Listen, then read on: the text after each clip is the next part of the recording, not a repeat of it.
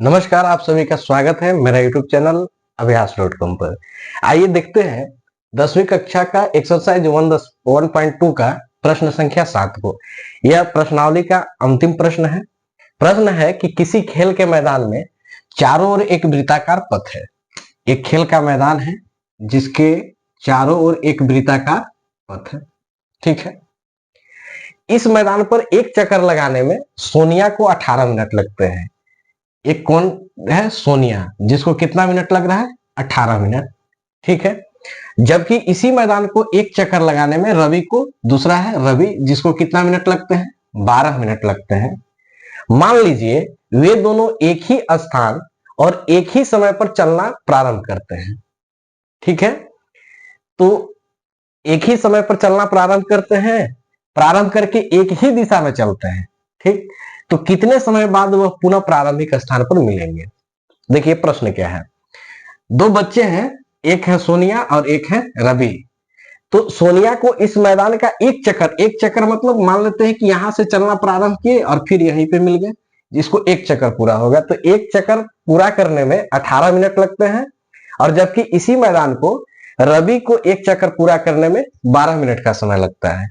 ये दोनों जो बच्चे हैं एक ही स्थान से, कौन कौन है? तो एक सोनिया है और एक रवि है। ये दोनों एक ही स्थान पर से एक ही और एक ही समय पर चलना प्रारंभ कर देते हैं। तो प्रश्न कह रहा है कि वो जब चलना शुरू करेंगे तो कितने समय के बाद, ठीक है, कितने समय के बाद वो प्रारंभिक स्थान पर एक जगह मिलेंगे। तो इसको हल कैसे करना है? तो सबसे पहले लिखेंगे कि सोनिया को मैदान का एक चक्कर लगाने में, मैदान का एक चक्कर लगाने में लगा समय, तो कितना समय लगता है? 18 मिनट।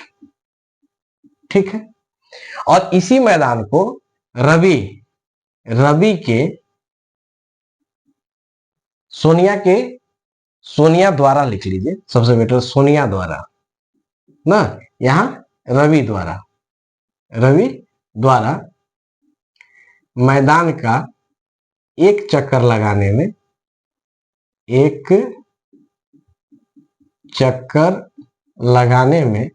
लगा समय, तो इसको कितना लगता है? 12 मिनट। प्रश्न कह रहा है कि दोनों एक ही समय पर एक ही स्थान से और एक ही ओर चलना प्रारंभ करते हैं। दोनों बच्चे जो हैं एक ही समय पर और एक ही स्थान से एक ही ओर चलना प्रारंभ करते हैं। तो कितने समय के बाद यह पुनः प्रारंभिक बिंदु पर आकर मिलेंगे? तो ऐसा स्थिति में हम क्या करेंगे कि सोनिया द्वारा लगा हुआ समय और रवि द्वारा लगा हुआ समय, दोनों का हम क्या कर लेंगे? एलसीएम निकाल लेंगे। ठीक है, तो चलिए एलसीएम निकालते हैं।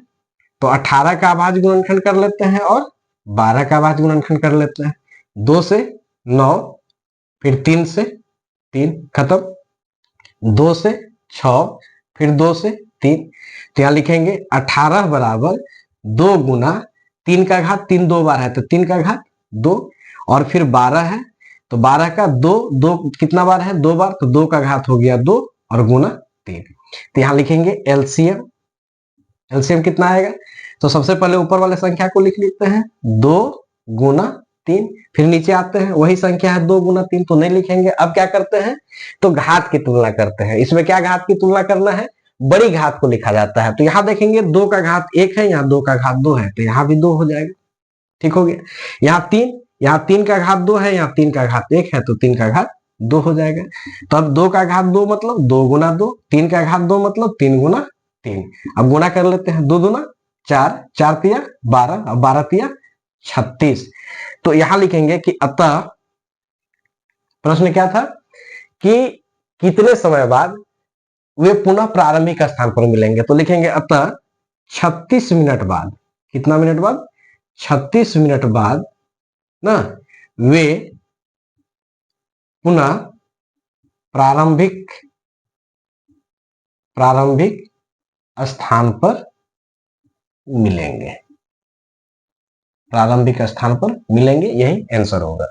उम्मीद करते हैं कि आपको यह क्वेश्चन जो है समझ में आया होगा।